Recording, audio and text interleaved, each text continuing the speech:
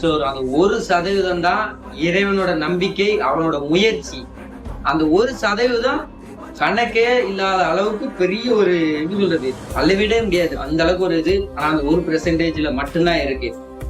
நம்ம ஒரு இதுல இருக்கிறோம், நம்ம ஒருத்தரை குறை சொல்றோம், டேய் அவன் அப்படிடா இவன் இப்படிதான். நம்ம பொதுவா பேசிக்கா இது எல்லாத்துக்குள்ள இருக்கிற எண்ணங்க. இந்த எண்ணம் நம்ம அமைதியா இருந்தாலும், நம்ம ஒரு இடத்துல கிராஸ் பண்ணி போனாலும் இந்த எண்ணம் பேசுது. அதாவது அது இப்படி இப்படி இப்படி நமக்குள்ளேயே பேசுது, சரிங்களா? இந்த எண்ணத்தை கேட்காம, இந்த மனத்தையும் கேட்காம உள்ள இருந்து பேசுவது, டேய் அவன் நல்லா இருக்குதுண்டா, போறான்டா அப்படின்னு சொல்லி இது சொல்லும். இத சொல்றவன் கேட்டவன் மட்டும்தான் வாழ்க்கையில அடுத்தடுத்த நிலைய போனவங்க, சரிங்களா? உணர்ந்தவர்கள் கமெண்ட் பண்ணுங்க, சரிங்களா?